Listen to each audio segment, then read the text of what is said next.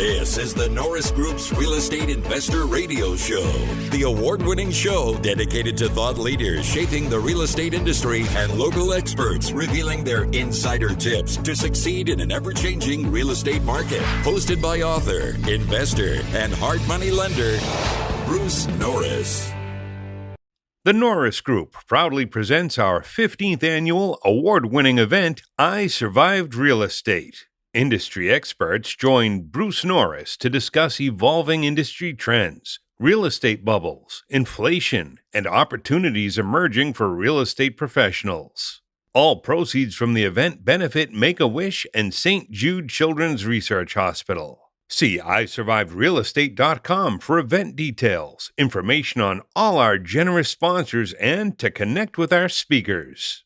We want to thank our platinum partners: San Diego Creative Investors Association, U-Direct IRA Services, White Feather Investments, The Collective Genius, MVT Productions, and Realty 411. Hey everybody, welcome to the Norris Group Real Estate Radio Show and Podcast. We've got a lot of questions and emails about how we did, this week. With Hurricane Ian coming through the Southwest Florida area. We actually took a direct hit.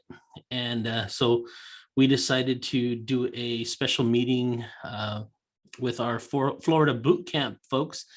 And because everybody had, been wondering about how we did, how Bruce was doing, we decided to turn it into a radio show. So this is a special show. It's going to be Bruce, our build partner and our property manager, just talking about how we fared, the damage that was done, and generally how we did during this, category 4/5 direct hit. And what you're going to find is we were surprised to see how well our homes held up. Obviously, we all know Bruce, so I won't do a proper introduction there. But Craig Evans is the president and CEO of Douglas Brooke Homes. He is our build partner in Florida. He's a third generation contractor, and he also owns Trinity Buildings and Design in Southwest Florida. He's been a tremendous asset for us, and you'll hear all the things that he's been doing to try to keep us all informed and up to date with what's going on right now. Our other partner on the call is going to be Joanna Rinella from Empire Property Management. She's actually the only property manager in Florida that we recommend and is part of our Florida boot camp team. She is an investor herself. She manages our rentals in Southwest Florida like she would do her own. So she's been a tremendous partner, very knowledgeable. She's been a lifelong resident of Southwest Florida. So without further ado, here is Bruce Norris. Take it away. Hi, everybody. Thank you for joining us. I'm going to cover a couple of things. A long time ago, 1992, was my first experience in hurricane. I didn't live in Florida, but my friend Alex went through that. And we learned a lot. And so when you have a really bad hurricane, there's some things that happen. First of all, everybody's going to be overloaded. The insurance world, the permit world, the contractor world. So there's going to be delays in a lot of things. The short term is messy. The long term, though, what's very interesting, at least what happened after Hurricane Andrew. So think about the homes that were destroyed. So when you see the news, you're talking about Fort Myers, a lot of destruction. They're not going to rebuild that house again because the standards are different. And so literally what's going to happen is there's going to be a big gap between, let's say somebody actually wants to build a house on that lot. It's going to have to be drawn and you're going to have to get a permit. You're going to have to build it. That's a very lengthy time. So in the meantime, what happens is they get an insurance check and they've got to do something. They want to live there, or maybe they don't. But here's what happened last time. The demand for existing real estate was very strong because people got a check from their insurance company and decided, I can't build it in that time frame, so I'm going to buy something else. So the demand for existing real estate was very strong. The demand for rentals was extremely strong. You have a lot of unexpected construction that's about to happen. Well, that necessitates the migration of a lot of workers. And those people either buy houses or they rent houses. So there's a short term where it's going to be overload for every piece of the real estate business, the permit business, the insurance business. And by the way, sometimes that creates mistakes. So when the insurance world gets completely slammed, you have inexperienced people looking at damage. And you have the same thing happen with building inspectors. And so they can sometimes over exaggerate what actually is wrong with the property. Back in 92, every house that we bought was red tagged by the city of Miami. When we invited them back out after clearing the debris, they removed the red tag because it wasn't structural, but they didn't know that at the time. But the insurance world wrote a check based on their original estimate that this was going to be a tear down. So it's an interesting time. There's no doubt there's struggles right now. So the piles of properties that I have in Leesburg, I have most of my rentals. Those probably got 40 miles an hour wind and no damage. So that's one set. Craig is building a lot of our rental properties. Now, again, big difference. If you drive around and see a new build and the damage to a new build, and you go and see existing homes, just different construction, different elevation. And so that's why all those codes are in place, and why I didn't come here looking for bargains on used inventory, because I didn't want to pay the insurance bill and I didn't want to have the problem. So when you have a flood, come within a couple feet of your front door in a new build, it maybe the next door house is 4 feet underwater. That's a very different damage path. So Craig's got dozens and dozens of these. So I looked at half a dozen of those myself yesterday, and he'll talk about the damage, but it was very minor and it was very repetitive. So I'm not surprised, but of course I'm relieved. There were some other properties that we have that we're building to flip. Now that's a builder that I brought out from California. And on those properties, depending on the stage of construction, we had some damage to block. So we had 4 houses where the block fell, but it had never been supported other than just putting the block up. And when 140 mile an hour wind hits that can come down. So that's the most serious damage I've got. And we're talking probably total 140 houses. I feel very happy that all the stuff that's going on from what I saw in the different areas that I saw, Craig will talk, but he's seen a whole different level of damage because he literally has been boating people from areas that are trapped, where you have people literally, since the hurricane have no place to go.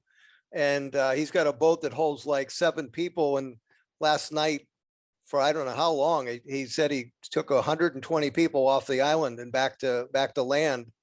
And I met him in the vicinity of where he was about to do that with a bunch of food. And so there's a lot of people that are helping other people, because a lot of the structural, like where's the Navy? Why don't we get a Navy ship out there or something? I guess there's maybe restrictions on the depth of what the ship could be. There's all kinds of things that restrict what can show up. So anyway, that's what's going on.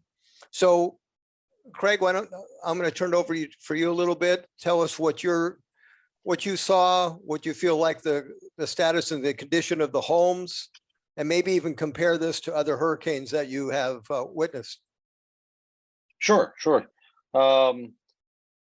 So, Bruce, you're right. A lot of people are asking, and we've had calls from friends and business partners of ours throughout the country.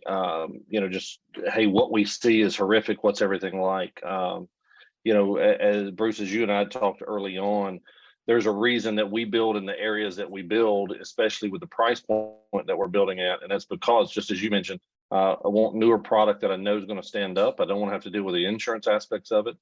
So with the houses that we've got, I was talking to our team, I was corrected. We currently have 138 open homes that we have at some phase of construction right now. We had only one of those blow down.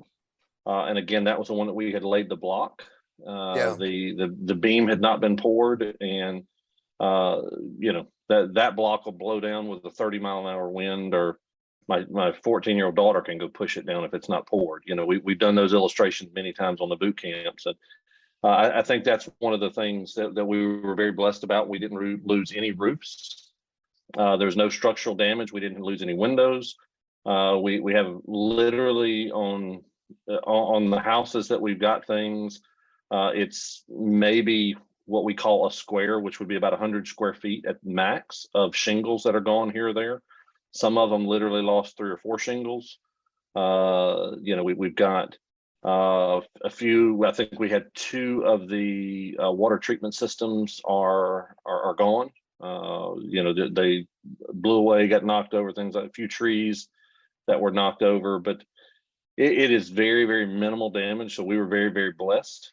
The older construction homes that were not up to current codes took some severe damage, but even up in the areas of Cape Coral that we build, the areas of Lehigh, the Port Charlottes, all those areas that we're building in, even with that, because we intentionally, with what we build, try to stay out of flood areas, things like that.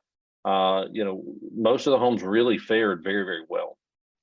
What you are seeing on TV is, just as you mentioned, is down on Fort Myers Beach, which there was about 21 feet of flood surge there. A friend of mine is just off the beach, and his finished floor of his house is at 20 foot 4 inches to his finished floor elevation, and he had 6 inches of water in his finished floor.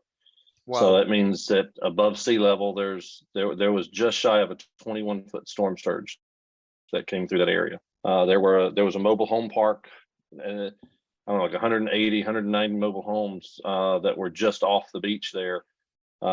It's gone. It's not that there's a mess. It's just they're gone. But again, we're talking about older structures that were built, 20, 30, 50 years ago, things like that weren't up to code. So honestly, very, very pleased with how the area has held up. I know there's a lot of concern of what people see, but the reality is, the product that we build held up very, very well. I was concerned because even, we currently, up until, with the new stuff we're permitting, we'll be using impact windows and doors. Currently, with the stuff that we have, we use non-impact windows on that, and we put shutters up. Well, the shutters don't come till the end of the job. So part of what I was looking at is that we're going to have a whole bunch of houses that have windows but don't have shutters on them, because that's not till the end. We actually didn't have one single window with any damage. So very, very pleased with that. We'd worked hard to make sure that job sites were completely clean, no loose debris. Not because we didn't want to just protect our homes, but we want to be good neighbors and protect everybody else's home. So we worked very diligently leading up to the storm to clean out dumpsters, to clean debris, to make sure there was nothing loose and flying that could damage. Because again, unless you get flooded, most of the damage is coming from wind and windborne items that will start to tear through stuff. So this is a text that I sent Craig Wednesday night at 5:57 p.m. You guys doing okay? Winds 140 sustained and 178 gust at my house. So so about 2 hours after that, my neighbor called me. He had a digital wind reader that somehow made it. Our max sustained winds were 162, and we had wind gusts up to 198. So wow. That's where we ended up out here. So we, my personal house, we took just a little damage, but nothing to get upset about, Can you compare this hurricane to other hurricanes? Because you've been here a fair amount of time. So yeah, this was, everybody was surprised because, we've had a lot of people say, why didn't people leave? Well, if you were watching this, it was still a category 3 as of that morning and scheduled to be coming into land at a category 1. Well, category 1 again that's a windy afternoon for us, then 3 hours before it increased from category 3 to category 5 and was coming straight at us. So it was because that morning, even as early as that morning, it was still supposed to be going up above Port Charlotte and coming your way. Because if you remember, I'd even texted you and called you and said, hey, if you need help after this, call me. We'll be there. So we were thinking it was coming to you and that we were going to be having to help bail you out. And here we are, we're dealing with it. Well, so it is what it is. But in relation to storms in the past, a Cat 5 was pretty horrendous. The damage that creates. I don't know if anybody has seen Irma that came across. I'm sorry, not Irma, Charlie that came across in 2005 was a really strong storm that did a lot of damage up in Port Charlotte. The entire storm of Charlie could fit inside the eye of Ian that just came through. So the storm was just a massive storm that came through, created a lot of damage. I did a lot of cleanup and work after Katrina in New Orleans. The thing that everybody talks about on that is, how devastating it was. The storm itself was so bad. It just, they decided it was a good idea to build a city below sea level, and that people thought they were smarter than that. So that's where most of, all of that damage of Katrina and most of things that happened there were from things being below sea level. I just wanted to ask, have you heard any numbers about the number of homes that have been destroyed? I have no idea. No, right now it is still an aspect of, I can tell you there's nothing left on Sanibel that is habitable. The entire island of Sanibel Island is uninhabitable. The entire Fort Myers Beach is uninhabitable. And again, I want to be very clear. I don't want to create a hysteria out of saying this and then sensationalize it. You go into northwest and northeast Cape Coral, it's just uncomfortable. They don't have power up yet. We get the power up and everybody functions again. But you've got areas like Fort Myers Beach, completely uninhabitable. They're not letting anybody on that island because they're still using cadaver dogs just to try to find everybody. The Sanibel is completely uninhabitable. They're not letting anybody stay on Pine Island, Matlacha, or St. James City because they're just uninhabitable. So there'll be a lot of that over the next week or two, that they'll start to get more counts of homes that are just completely destroyed. But there are a lot. There's a lot of homes in those areas that are completely destroyed. The employment situation down here is very interesting. A good friend of mine builds custom homes, and he has a bunch of homes that were going on Fort Myers Beach. Well, they're looking at a minimum of 6 to 8 months before they can get back on the beach and start working. So I just picked up 21 more employees, because he's asking me to do him a favor to at least take his employees on so they have a place to work and he doesn't lose them. And of course, right now I can use them. So it's going to be interesting because there are a lot of businesses that are greatly affected, and people, right now people are trying to just clean stuff up, but they physically don't have a place to work. So there's a lot of people looking for jobs. Hi, Joanna, I wanted to ask you. Hi, thanks for joining us. I guess it would be, you've had a chance to observe some of the houses for sure, and you probably have talked to a lot of the existing tenants.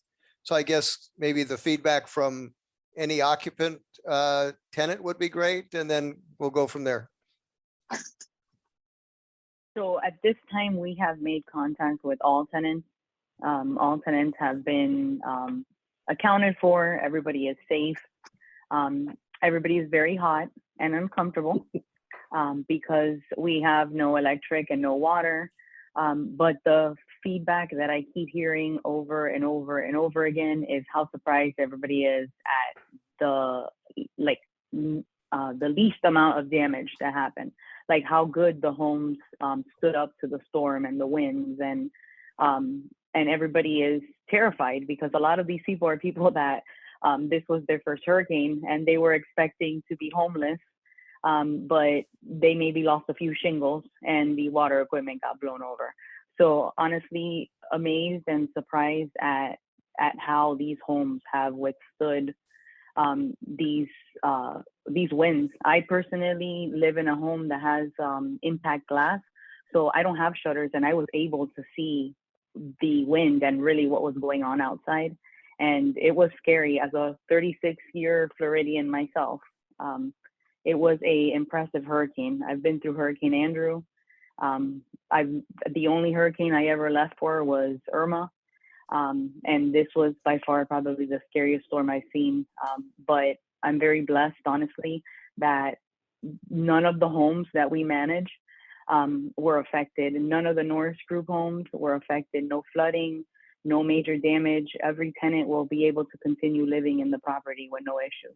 And that's huge for me. There's property managers in the area that have almost 100 tenants that are displaced with homes that were affected, that they will not be able to live in the homes, and they're all scrambling trying to find rentals for these people.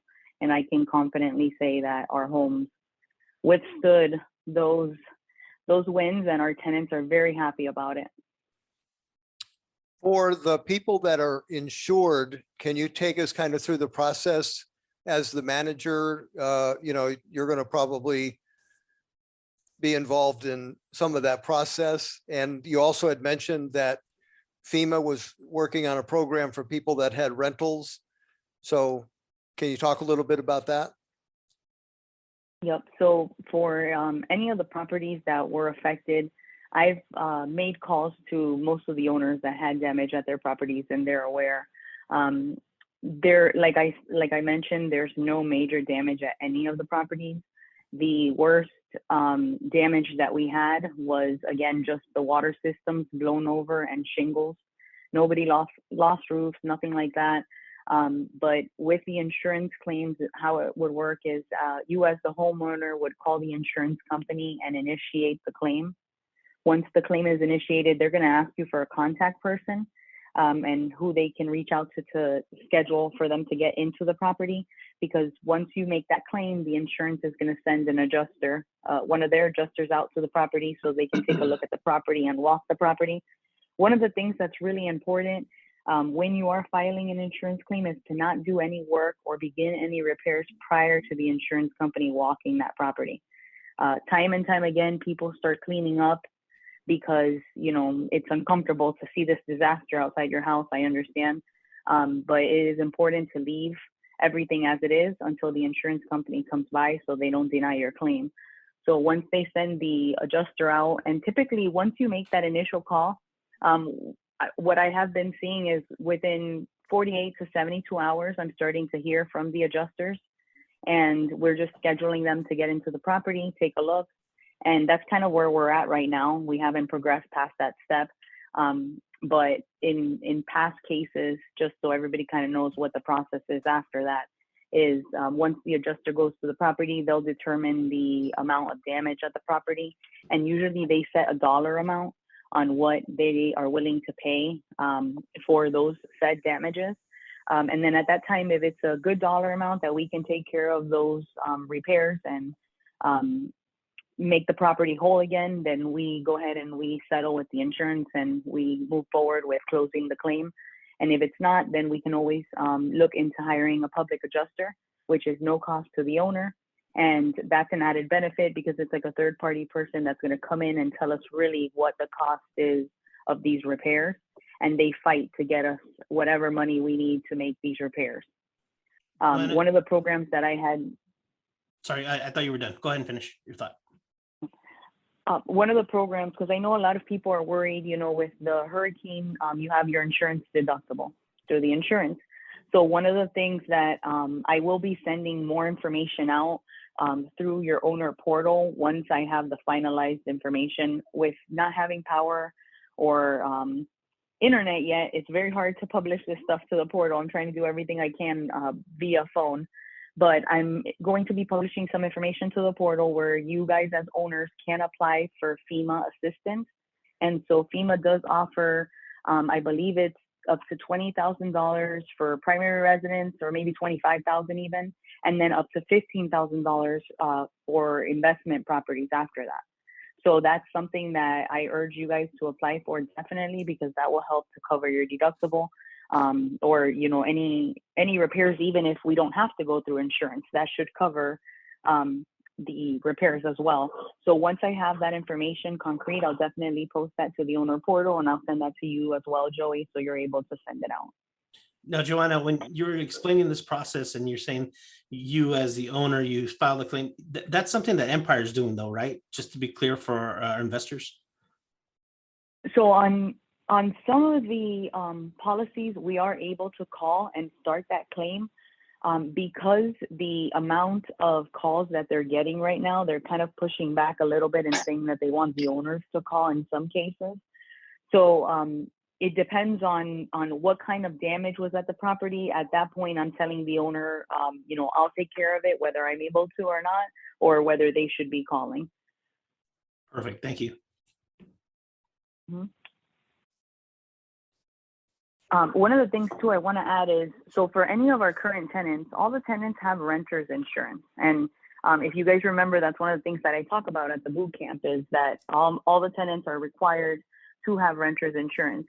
The tenants have never been happier to have renters insurance, because they're able to, regardless of if they had damage or not, because they may have not have had any physical damages inside the home, but they may be out of work. They definitely lost power, and they lost the food that they had in their fridge. They may have left their furniture outside, or their patio furniture outside, and it may have blown away. So all the tenants are really happy that they have this renters insurance that they can fall back on, and they all are working with the renters insurance policy to file claims. And you're also directing them to the Red Cross also for further assistance too, right? Correct. So that's also there through FEMA as well, through FEMA and through our Florida, and also throughout the next week or so, there's going to be more and more agencies that are going to be offering assistance, and we are in contact with the agencies. We do know about the programs, and any programs that or grants that get given that gives the ability to tenants to be able to collect for like lost income, or tenants who are going to be out of work for an extended period of time. We will be able to provide that information to the tenants and help them to apply for that as well. I will say though that most of the tenants have already paid their rent. Honestly, it's mind-blowing to me. I have tenants that, most of the tenants don't have water or electric right now, and they are finding ways to log in and make their rental payments. And if they can't, they're texting me freaking out. Oh my God, it's the 3rd. I haven't been able to pay my rent. I can't get online. What do I do? So they understand that, they're still responsible for paying rent. That's still coming in. There is no law or anything in place that says that we don't have to collect rent, or that the tenant doesn't have to pay rent this month. Everybody understands and has been paying. I'm just curious, Craig, your experience on insurance adjusters' opinion of the cost of repairs. Is it accurate, high or low? So we actually use we have started with the fund that I've got. Bruce, you and I have talked about that a little bit in the past. We use third-party adjusters for the stuff that we do, because they're there to fight for us. Right. Typically, because with that we have a remodel division through Douglas Brooke Homes that we've started now a couple months ago, and we're pushing in pretty heavy with this stuff now. So with that, we're working with insurance companies, fighting through that, doing a lot of roofs, things like that. What we're finding, what we're just talking to people over the last few days even, is that we prefer to use the third party adjuster, because let's face it, the adjuster's job and the insurance job is to pay out as little as possible. That's their business, Right. So the third party adjuster, an outside adjuster, has been the one that gets realistic about what the numbers are. Again, not trying to. Our job is not to try to gouge in this system, and that's a that's a big burden that you and I were talking a little bit about yesterday, even is that that's been a frustration of mine right now, is that there's so many people coming down wanting to take gross advantage of what's going on right now Yeah. and just trying to milk insurance companies. So in that's where we like to use that third party to do two things: hold the insurance companies accountable, but also make sure that it's just a real number of what needs to happen for the home, that things are actually getting taken care of. So we personally use third party adjusters in every case that we do when it's involved with insurance. Okay. Bruce, can I ask a question? Yeah, sure. So Craig, we've had, we've got quite a few of these in the process, and we've had quite a few that were just about to get to the finish line. Can you talk about what you're hearing, what you're talking about, and who you're talking to about getting some of these to the CO, and how quickly can we do that? And, talk about maybe the city of Cape Coral and the permitting department and things like that. We're fighting, just trying to get things over the hurdle there at the end, just from the paperwork and getting back to the city. They're shooting to have people back into the city by the end of this week. Making sure computers are back up and running and everything is safe from that aspect, and getting people back into work. Hope that their goal, from what we talked yesterday, is their goal is to be able to start putting out permits, COs, things like that, early to middle of next week. So that's what I know as of right now. I guess that would be the safest way to say that without providing too much false hope. Sure. Can you talk about, I've already got a couple of questions about, going forward, homes they're going to get started, and is this going to create even further backlogs, or, is this something where it'll be maybe a couple of weeks to get back going, and then it'll be, closer to business as usual? That's probably hard to say right now. I think especially on stuff that we're starting, I will say this, on stuff that we're starting, I think by the end of this week, we're going to be ready to start getting things moving again. We've still got a lot of cleanup, but our teams this morning were saying some of the crews will probably be ready to go by Thursday, as far as really moving and jumping through stuff. But like I said, there's still some cleanup, but our goal is, that we need to be moving production by the 1st of next week again. That is the goal that we've set for ourselves as a company, is to make sure that production wise by Monday of next week we're starting to move things. I think, as Bruce said in the front end of this, in the short term there will be some delays, but do I see this massively changing what happens in our community within 30 days from now? No. Bruce, maybe I'll ask you this question. As an investor in, let's say I'm newer or even 10 years into the business, does anything that you've heard on this call today, or anything that you've seen, would any of this change your opinion about continuing and moving forward, or would you pivot? Okay, it's a good question. I picked Florida for really good reasons for long term. So I'm not selling anything. I'm happy I'm here. I understood the hurricane risk, and I do see hurricanes as more opportunity than the risk. When I'm dealing with Craig and he's dealing with people that he's pulling out of the water, it hits you and go, wow, this isn't really thinking about opportunity. All of a sudden you go, there's a lot of people hurting for real, so that certainly changed my brain. But I have a lot of opportunity to sell properties. I don't want to sell them. I'm right where I want to be, and I know why I'm here. Okay. And it's over a long period of time. Florida is definitely going to be a winner in the next 20 years to me than California. And that's where I was. So that's why I made that decision.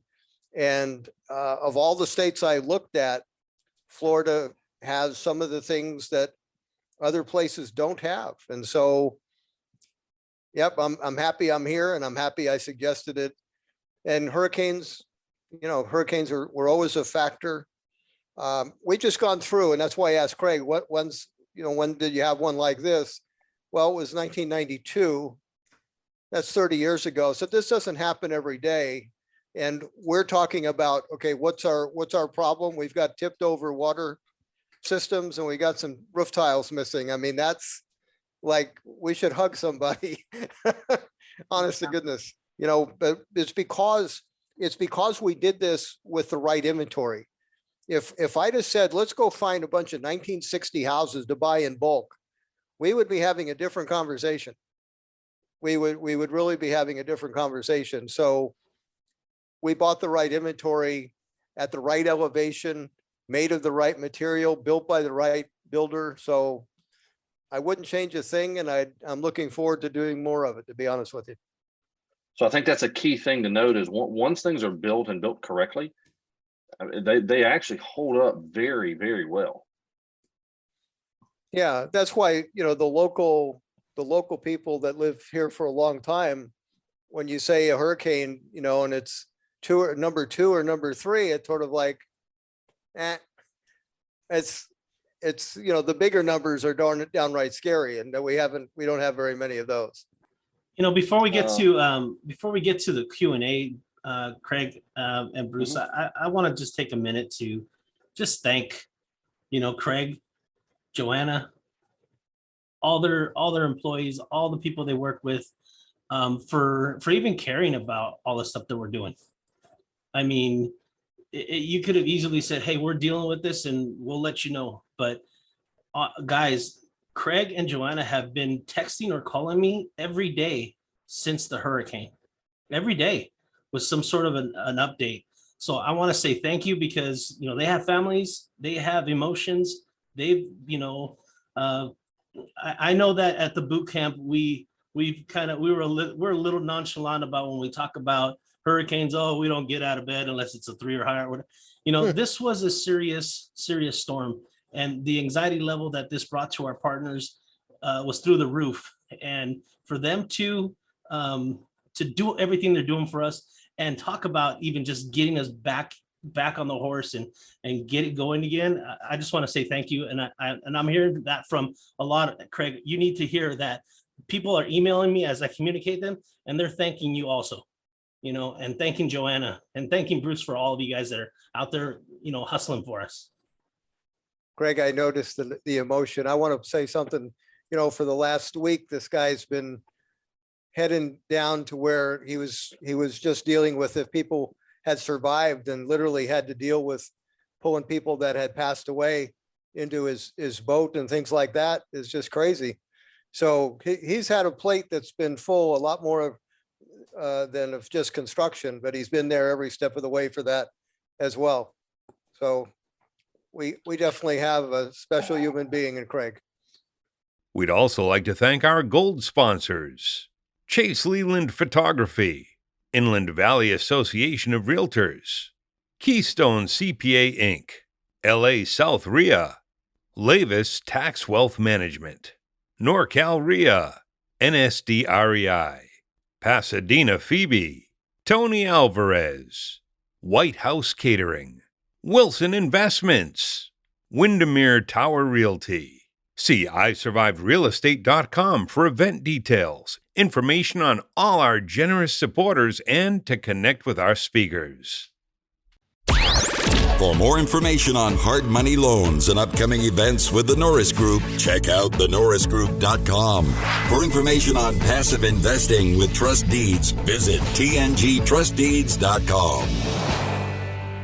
The Norris Group originates and services loans in California and Florida under California DRE License 012-19911, Florida Mortgage Lender License 1577, and NMLS License 1623669. For more information on hard money lending, go to thenorrisgroup.com and click the Hard Money tab.